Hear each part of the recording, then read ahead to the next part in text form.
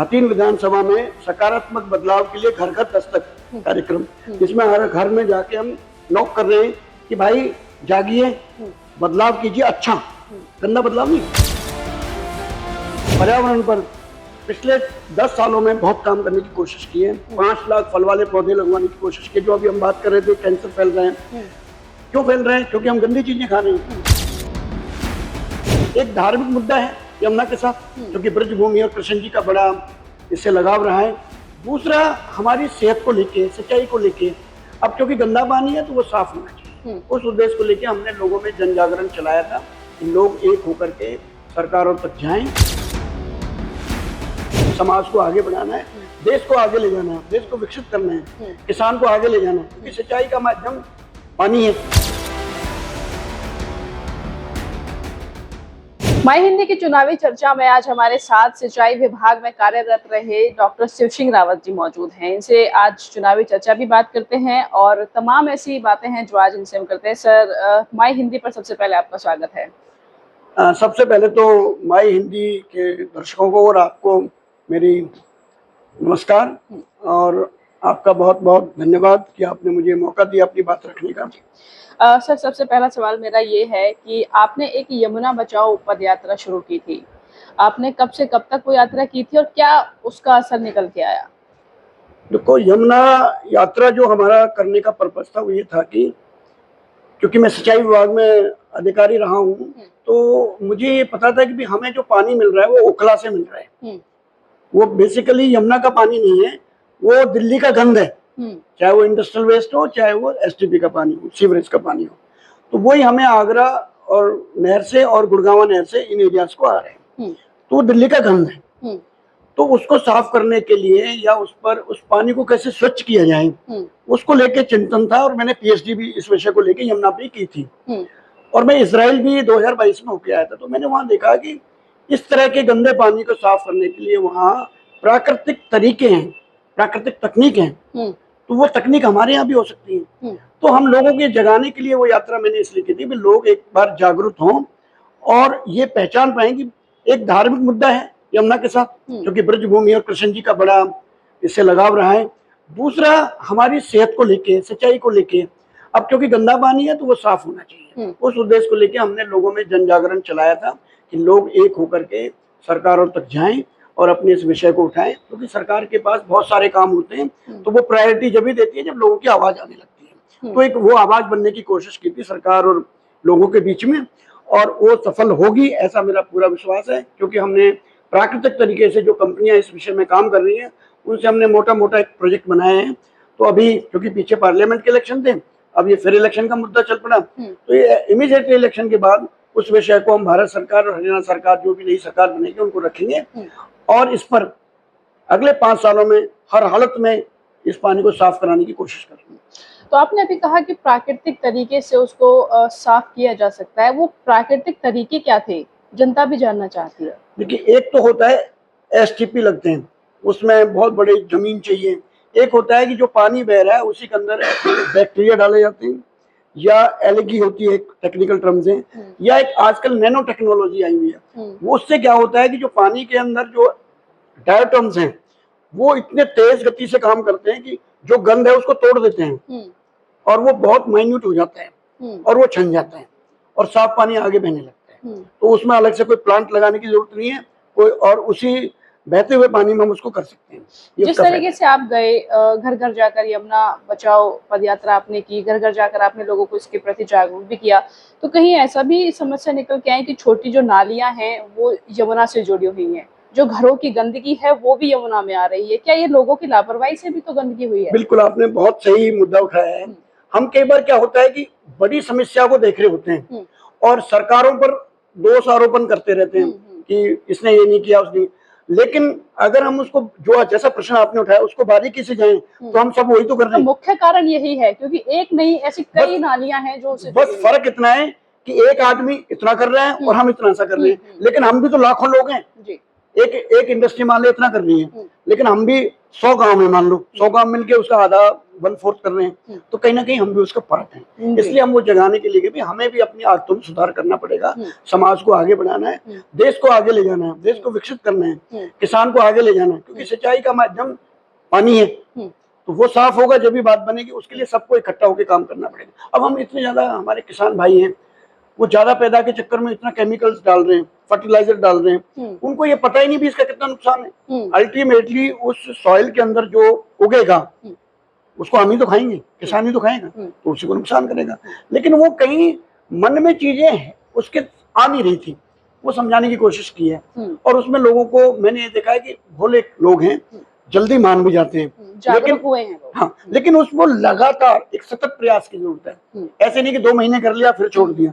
तो मैं इसलिए कह रहा हूँ कि हम जब ये प्रोजेक्ट करेंगे, अगर सरकार में हमारी कोई भागीदारी बन पाती है, तो ये 5 सालों के अंदर ये करेंगे, तो हम साथ साथ जागरूकता अभियान को जारी रखेंगे, एनजीओ को इन्वॉल्व करेंगे, CSR में बहुत सारा फंड होता है, कंपनी को इन्वॉल्व करेंगे, लोकल लेवल पर कमेटियां बनाएंगे हर गांव में, 10-10, 20-20 यूथ जो हमारे बेचारे बच्चे हैं उनको कुछ इंसेंटिव देंगे।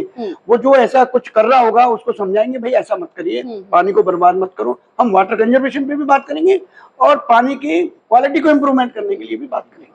तो ये बात हुई सामाजिक कार्य की। इसी बीच आप चुनावी बिगुल जो बज रहा है अब हरियाणा में शुरू हो चुका है, इसमें अपना मन बना रहे हैं हथीन विधानसभा क्षेत्र से, तो किस तरीके का आपने समस्याएं वहां देखी हैं, किस पार्टी से आप मन बना रहे हैं लड़ने का? पहले तो समस्याओं की बात कर लेते हैं। देखिए ज्योति जी, मैं 2014-15 से समाज के कामों में लगा हुआ हूँ, और चाहे वो जल संचयन पे हो, चाहे वो वुमेन एम्पावरमेंट, महिला सशक्तिकरण पे हो। हथीन विधानसभा क्षेत्र में जल की भारी समस्या है, बहुत भारी समस्या है, क्योंकि जल की बहुत कमी है। उसे पानी का स्टोर लोग वहाँ करते हैं, क्योंकि मेवाती एरिया है, वहाँ पर काफी दिनों से पानी स्टोर रहता है, उसमें बीमारियों का भी खतरा रहता है। उसे पानी को पीते हैं और इस्तेमाल करते हैं उसी पानी। ये इससे सिर्फ हथीन की समस्या नहीं है, पूरे हरियाणा की समस्या है। जी जी जी। तो मैं उसको इस तरह से देखता हूँ, क्योंकि हमारे 2/3 ब्लॉक डार्क जोन में आ चुके हैं। अभी 2-3 दिन पहले मैं सियोल गांव में था, वहाँ 150 किसान थे, उनको मैं संबोधन कर रहा था पानी के ऊपर ही। उस गांव का पानी पिछले 10 सालों में 1.5 से 1.25 फीट के हिसाब से नीचे जा रहे हैं, उनको पता ही नहीं। कहते हैं हम तो अपना खटका दबाते हैं, पानी निकाल लेते हैं, पानी बहता रहता है। तो ये समझाने की जरूरत है। हम इन छोटे छोटे बदलावों के साथ राजनीति में आना चाहते हैं। क्यों? क्योंकि अभी क्या राजनीति का क्या रूप है कि भाई मैं फलानी पार्टी से, मैं फलानी पार्टी से, पार्टी ने ये किया, पार्टी ने वो किया, आपने क्या किया? हम उसकी बात कर रहे हैं कि आपने क्या किया, वो जनता को बताइए ना।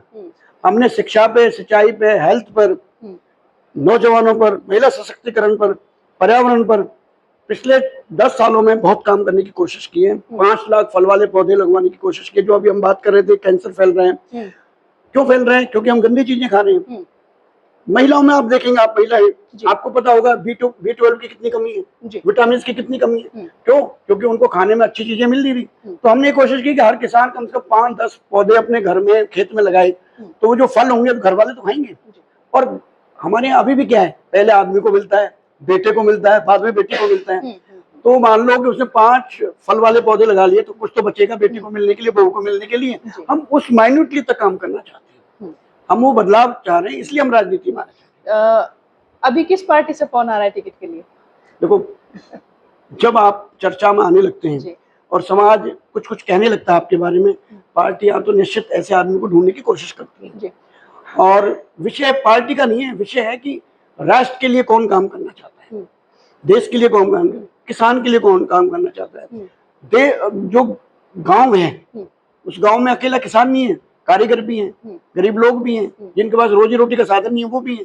तो गांव का विकास कैसे हो, ये है मुद्दा। तो इसलिए हमने जो सारा फोकस रखा है वो ग्रामीण क्षेत्र में रखा है, चाहे वो महिला हो, चाहे पर्यावरण हो, चाहे सिंचाई हो, वो सब शिक्षा हो।